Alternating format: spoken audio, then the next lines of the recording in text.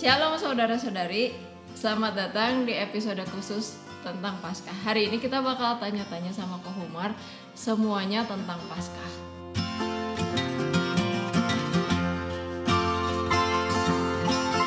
Jadi seberapa penting sih Paskah buat orang percaya dan apakah itu ada hubungannya sama hubungan kita sama Tuhan? Paskah itu sebenarnya satu perayaan yang penting ya buat kita orang percaya, karena di dalamnya tuh ada banyak hal yang kita bisa belajar gitu ya. Nomor satu, kita bisa belajar bagaimana itu seperti Tuhan memisahkan satu umat ketika yang lain dihukum, lalu ada umat Tuhan yang dipisahkan. Jadi itu gambaran dari situ sebenarnya bagaimana Tuhan sedang mau menyelamatkan umatnya, memisahkan dia dari hukuman. Itu gambaran pertama, dan itu juga jadi gambaran keselamatan kita sebetulnya.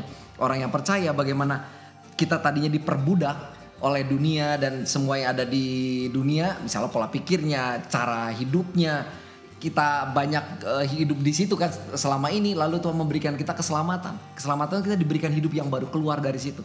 Jadi pentingnya karena memang dari situ kita jadi bisa belajar banyak. Nah, banyak orang karena nggak mengerti tentang Paskah jadi nggak ngerti gitu sebetulnya apa sih yang terjadi keselamatan. Mereka cuma pikir bahwa Paskah hanya ketika Yesus mati di kayu salib lalu darahnya menebus kita sehingga kita bisa masuk surga. Itu betul, tapi masalah itu bukan gambaran yang sempurnanya gitu.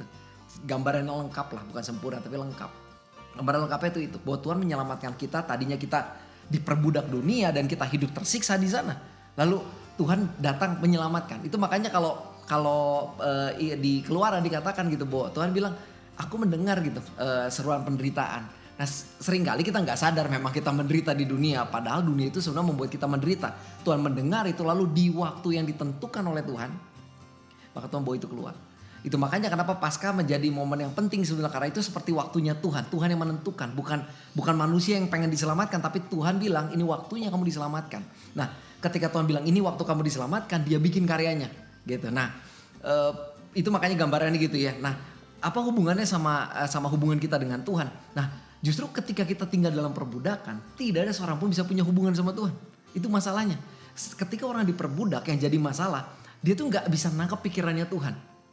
Kau ya nggak? Jadi orang terus saja berputar-putar di situ, mereka nggak paham gitu sama pikiran Tuhan. Itu makanya ketika kita bisa jadi ada orang yang mengaku percaya tapi belum diselamatkan, belum keluar dari situ, bisa aja dia melakukan perkara rohani, baca Alkitab, ikut ini, ikut itu. Tapi itu semua kayak gak masuk gitu ke dia. Kayak gak bisa, kenapa? Karena masih diperbudak. Nah, Paskah itu gambaran dari bagaimana Tuhan mengeluarkan supaya mereka bisa punya pikiran yang baru. Mereka bisa nangkap, bisa ngerti pikirannya Tuhan. Dan itu yang memerdekakan mereka. Ya, seringnya kita berpikir kan gini, oh saya tuh diperbudak tadinya, terus saya dibawa keluar sama Tuhan supaya merdeka, bebas ngapain aja. Itu yang salah. Tuhan memerdekakan kita, bawa kita keluar tuh dari perbudakan, tujuannya supaya kita bisa beribadah. Di Keluaran dikatakan begitu, supaya kita bisa beribadah kepada Tuhan karena tadinya gak bisa. Nah, apa itu ibadah? Ibadah adalah bagaimana kita bukan cuma sekedar datang ibadah kayak ibadah di gereja masing-masing, tapi ini bicara tentang bagaimana kita bisa mengabdikan hidup untuk Tuhan. Itu kata dasar dari ibadah, yaitu mengabdikan hidup kita untuk Tuhan.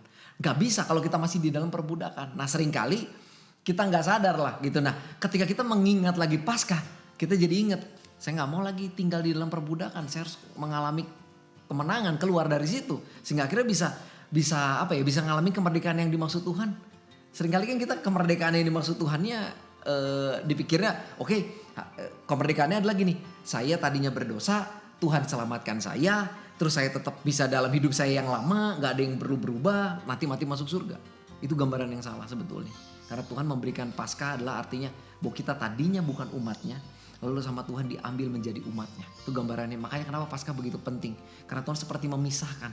Ya, itu gambarannya. Dan di dalamnya tuh sebetulnya kalau ngomong hubungan sama Tuhan dalam banget sebetulnya. Karena yang tadi gak bisa orang punya hubungan sama Tuhan. Mau kita gini, secara pemikiran manusia aja kita berpikir, bisa gitu? Bisa gak bangsa Israel ada di Mesir tapi tetap beribadah kepada Tuhan? Secara pikiran kan kayaknya bisa-bisa aja ya. Kalau cuma sekedar beribadah untuk datang ngelakuin kegiatan. Maksudnya kegiatannya apalah, misalnya datang ke gereja atau apa. Mungkin tampak bisa. Tapi masalahnya dia gak pernah bisa mengabdikan hidup sama Tuhan. Tujuan Tuhan menyelamatkan itu. Untuk supaya kita bisa mengabdikan hidup buat Tuhan. Itulah ibadah. Selama ini pengertian ibadah kita udah rancu. Kita dengar ibadah cuman oke pergi ke gereja. Padahal bukan. Ibadah itu adalah bagaimana saya menyembah Tuhan, menyerahkan hidup saya buat Tuhan. Itu sebetulnya yang namanya ibadah. Udah rancu buat kita sekarang, bener nggak ya? Kita kan selalu berpikirnya, oh udah ibadah oke. Antara kita ibadah sendiri, baca Alkitab, berdoa, atau kita ke sana. Padahal bukan, ini soal pengabdian, mengabdikan hidup buat Tuhan. Nah itu nggak bisa kalau kita masih diperbudak. Karena kita nggak bisa nangkap pikirannya Tuhan. Gitu. Nah tapi gimana orang bisa tahu kalau dia dalam hubungan sama Tuhan tuh dia tuh udah bebas? Gimana kalau kita tuh terjebak baca Alkitab, berdoa, ke gereja, tapi ternyata kita tuh belum bebas? Sebenarnya gini, kita bisa ngelihatnya tuh dari ketika, karena gini, tujuan dari firman Tuhan adalah tadinya kita nggak tahu bahwa hidup tuh harusnya seperti apa. Dan Alkitab itu harusnya memberikan kita cara tahu hidup tuh harusnya begini. Nah masalahnya seringkali kita cuma baca Alkitab tapi hidup kita nggak ngalamin sesuatu yang berubah. Dari situ kita tahu, berarti saya belum merdeka. Berarti saya belum dapat pikirannya Tuhan. Karena ketika kita dapat ini harusnya kita ngerti, oh ini toh harusnya hidup. Paling gampang gini, berapa kali kita baca Alkitab, lalu di hati kita ada sesuatu yang kita, kayaknya ini nggak masuk akal, nggak cocok nih sama saya, sehingga kita akhirnya tolak itu. Secara pikiran kita, bukankah dia yang lebih pintar dari kita? Bukankah harusnya kita menuduhkan diri? Nah, menuduhkan diri kepada firman Tuhan hanya bisa kalau kita keluar dari perbudakan. Kalau belum keluar, gak bisa tunduk. Itu masalahnya. Nah, banyak orang kan gitu kan, baca Alkitab tapi gak tunduk gitu. Jadi ketika baca Alkitab yang dipakai apa? Pikiran sendiri. Ini mah kayaknya gak masuk akal, gak sesuai sama saya. Jadi saya gak usah ikutin, sudah berlalu. Bukankah itu semua lahir dari karena hati kita gak mau tunduk sebetulnya. Dan itu menandakan kita masih dalam perbudakan gitu. Terus kalau Paskah kan dulu kayak zaman sekolah hias telur. Udah gitu tuh kayak hiasannya biasanya kelinci. Nah itu apa hubungannya?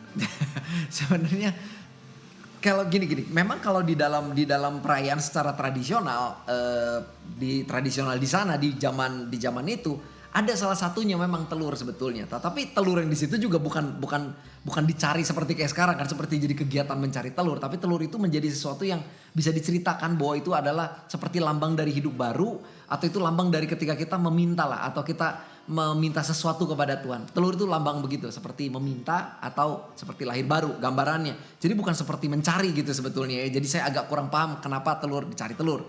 Tapi yang apalagi dihias itu saya rada kurang ngerti. Tapi kalau yang kelinci itu sebenarnya bisa dibilang itu harusnya nggak ada di dalam perayaan Paskah. Kenapa?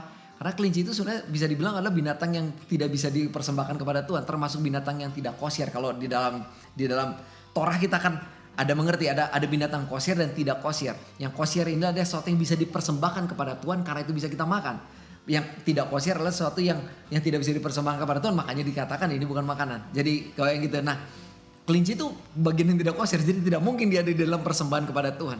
Karena kita sama-sama tahu di dalam Paskah Tuhan memang ada satu persembahan yang harus kita bawa kepada Tuhan sebetulnya, atau ada persembahan yang perlu. Nah, kelinci rada bingung memang ya. Jadi mungkin agak kayak, kalau saya boleh bercerita sedikit, bisa jadi itu juga mungkin bercampur sebetulnya sama budaya, lebih tepatnya gitu. Jadi sudah nggak murni lagi berdasarkan apa yang ada di Alkitab, tapi sudah bercampur sama budaya yang gak jelas datangnya dari mana gitu sih sebetulnya.